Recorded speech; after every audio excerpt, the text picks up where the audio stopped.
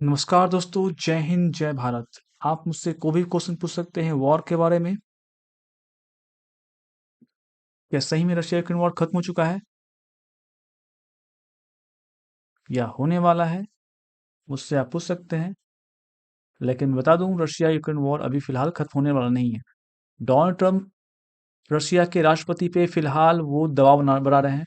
दबाव ऐसा बना रहे हैं कि वो चाहते हैं कि ये वॉर बिना किसी डील के खत्म हो जाए। ये एक अस्थायी युद्ध होगा, अस्थायी डील होगा। लेकिन रसिया के प्रेसिडेंट क्या चाह रहे हैं कि जो ये वॉर खत्म हो, वो भी रसिया के प्रेसिडेंट भी चाहते हैं कि वॉर खत्म हो जाए। पुतिन चाहते हैं कि वॉर खत्म हो जाए, लेकिन रसिया चाहता है ये अस्थायी नहीं, बिल्कुल अस्थायी रूप से ये वॉर खत्म हो जाए। आप इस चीज पे याद रखिएगा, रसिया ये वॉर खत्म करना चाहता है, मगर बिल्कुल अस्थायी रूप से। ये नहीं कि आए, जब चाहे कोई युद्ध स्टार्ट कर दे और जब चाहे कोई युद्ध खत्म कर दे।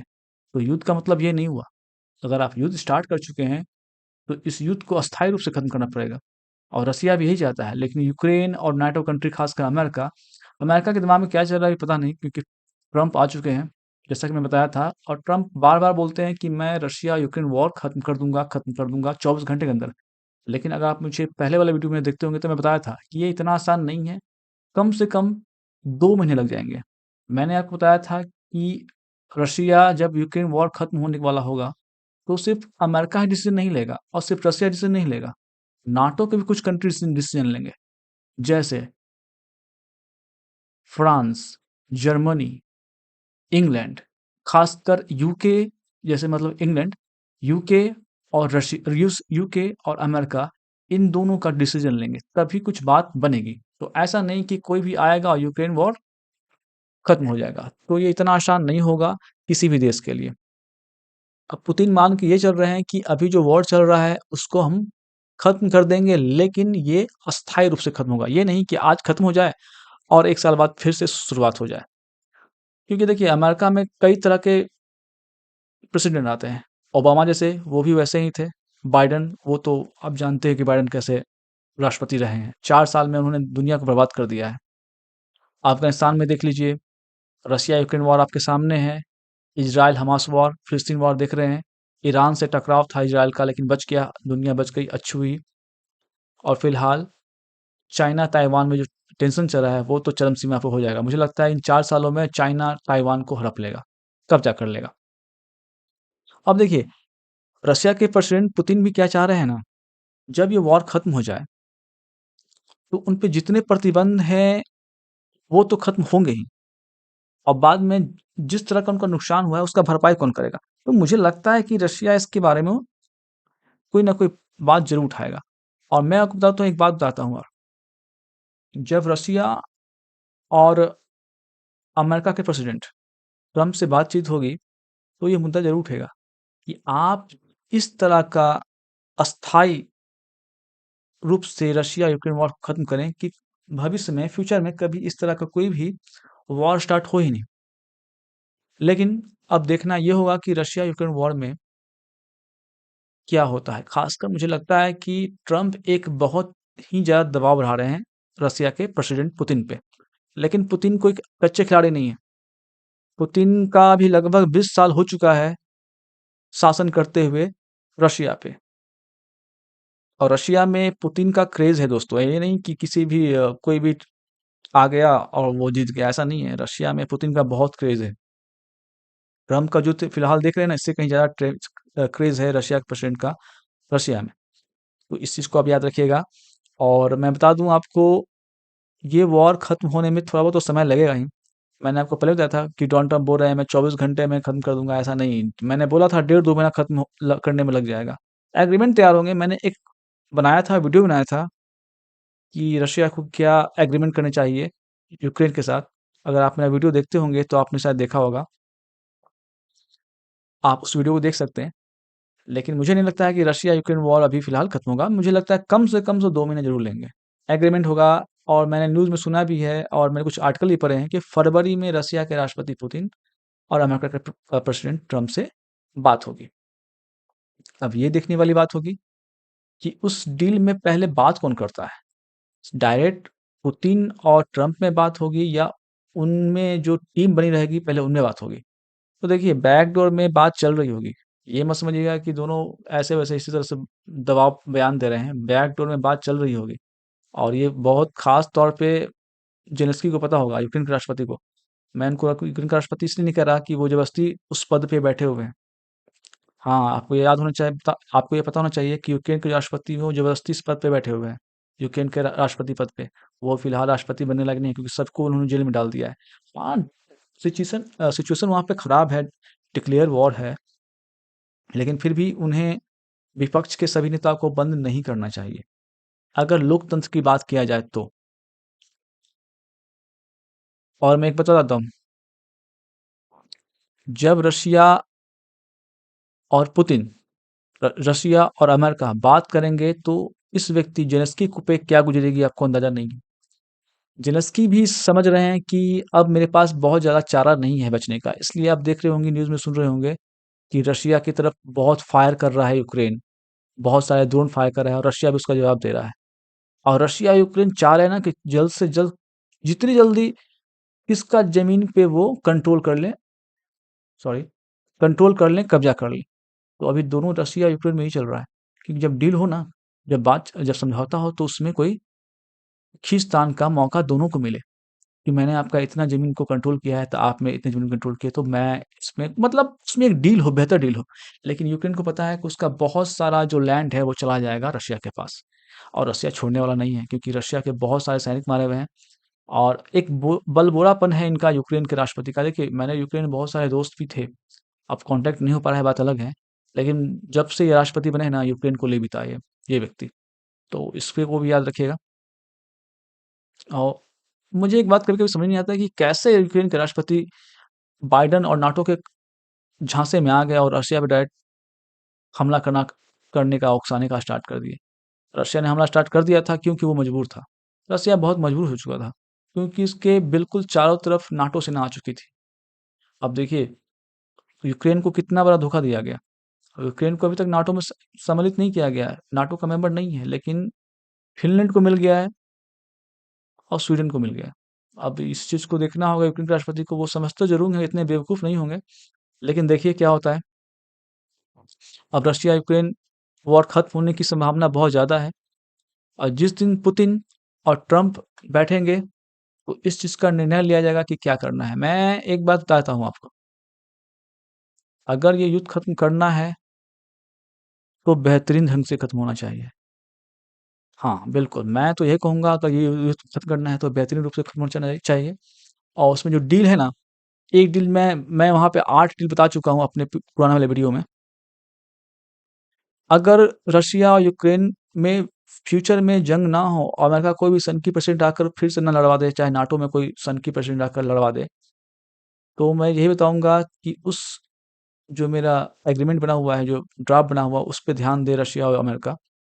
और मैं एक बात बताता हूँ, रशिया को फिलहाल अभी एक बात और करना चाहिए कि जो भी आपने डील किया है यूक्रेन से, क्या डील किया है वो मुझे बताएं, क्योंकि बिना डील का तो इतने बड़ा जंग हो ही नहीं सकता है। और रशिया को ये भी कहना चाहिए कि आपको अपने फिनलैंड से जो नाटो का मेंबर उनको दिया है वो हटाइए और बाल्टिक देशों से भी नाटो को मेंबर हटाइए और स्वीडन को भी हटाइए। इन देशों को वहां से हटाना चाहिए। अगर रशिया मुखर रूप से ये कहता है तो फिलहाल ये पॉसिबल भी हो भी सकता है। देखिए बेवजह यूरोप डल रहा है रसिया से, बेवजह। अब बाइडेन ने एक काम कर दिया है कि रशिया और यूक्रेन में एक बहुत बड़ा खाई बना दिया है कि अब दोनों कभी दोस्त नहीं हो पाएंगे, जैसे इंडिया और पाकिस्तान, चाइना और ताइवान। बिल्कुल ऐसा हो गया है, कभी दोस्त नहीं हो पाएंगे क्योंकि हर फैमिली में वहाँ कोई ना कोई शहीद हुआ है, चाहे रशिया हो चाहे यूक्रेन हो। और किसकी वजह से? एक पागल व्यक्ति की वजह से। मैं पागल व्यक्ति किसको कह रहा हूँ? एक बहुत बड़ा देश है, आप समझ सकते हैं, और वो है अमेरिका। और वो रहा ये व्यक्ति, देखिए आप यहाँ पे उसको देख सकते हैं। इसी को मैं पागल व्यक्ति कह रहा हूँ। अब मैं यही कहना चाहूँगा ये वॉर जल्द खत्म हो जाए ताकि दुनिया में शांति हो, और शांति हो ऐसी कि हमेशा के लिए शांति हो। इज़राइल और फ़िलिस्तीन वॉर जिसके बारे में बात कर रहा हूँ, वो खत्म हो गया है क्या? मुझे लगता नहीं है। वो घटना फिर स्टार्ट होगी। देखिएगा 6 महीने के बाद घटना स्टार्ट हो जाएगी। गाज़ा तो बर्बाद कर चुका है इज़राइल ने, 90% एरिया को ख़त्म कर चुका है, बिल्डिंग झड़ चुकी है। वहाँ पे देखिएगा जब जब अभी बोला जा रहा है 45,000 लोग वहाँ मारे जा चुके हैं गाज़ा में, नहीं देखिएगा 1 से ऊपर लाख, 1 से डेढ़ लाख कम से कम मारे गए हैं, कम से कम मैं बोल रहा हूँ। अब देखिए वहाँ जब साफ़ किया जाएगा, वहाँ नई-नई बिल्डिंगें बनेंगी, उसको तो साफ़ करना पड़ेगा क्योंकि ढाँचा ख़त्म हो चुका है। अब देखिए क्या करना है। और आगे देखिए रशिया यूक्रेन वॉर के मैं बता देता हूँ कि ये खत्म हो सकता है। और चाइना और ताइवान मैं बताता हूँ चाइना कब्जा लेगा। चाइना किसको कब्जा लेगा?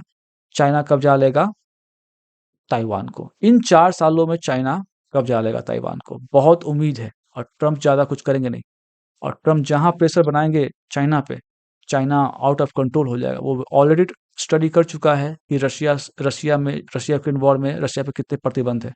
वो बेवकूफ़ नहीं है चाइना। चाइना 3 साल में बहुत सा स्टडी कर चुका है, लगभग 3 साल में। और जो ताइवान में है ना, ताइवान के जो वहाँ पे जो मिनिस्टर लोग हैं, वो भी बहुत बोलते हैं रशिया के खिलाफ। और रशिया ने साफ बोल दिया है कि ताइवान चाइना का पार्ट है। जी हाँ, 2023 में जाकर उन्होंने बोल दिया है, 2024 में सॉरी, पिछले साल रशिया ने जब गए थे पुतिन चाइना, तो उन्होंने बोल दिया है कि ताइवान चाइना का पार्ट है। देखिए, रशिया अमेरिका क्या करता है ना, वो हर जगह अपना इल्म-बम जानबूझ कर देता है कि हाँ, मैं इसके साथ हूँ, जहाँ इसको कोई ज़रूरत ही नहीं है। अगर ऐसा हो जाए ना कि कहीं बच्चा ही पैदा लो ना, तो अमेरिका जल चल जाएगा कि हाँ, हाँ, मैं यहाँ पे आ गया हूँ, सब ठीक है। ऐसा ये व्यक्ति है, अमेरिका है।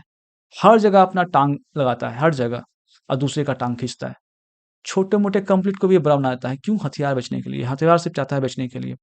अब हथियार बेचने के लिए ये लोग जब यूक्रेन और रशिया में वॉर करवा सकते हैं, पूरे यूरोप को हमेशा के लिए डराए रखते हैं रशिया के खिलाफ, तो आप ही खुद देखिए।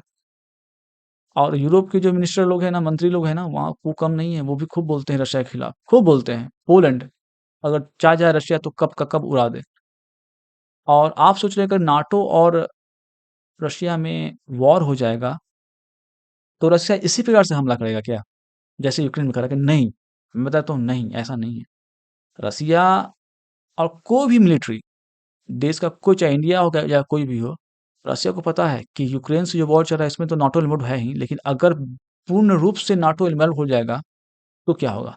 तो रसिया इसके लिए पहले से वेपन्स तैयार रखा हुआ होगा। ये नहीं कि अपना सारा वेपन्स यूक्रेन में ही झोंक दे। ये सबको पता होगा, नाटो को भी पता होगा और सब दूसरों को पता है।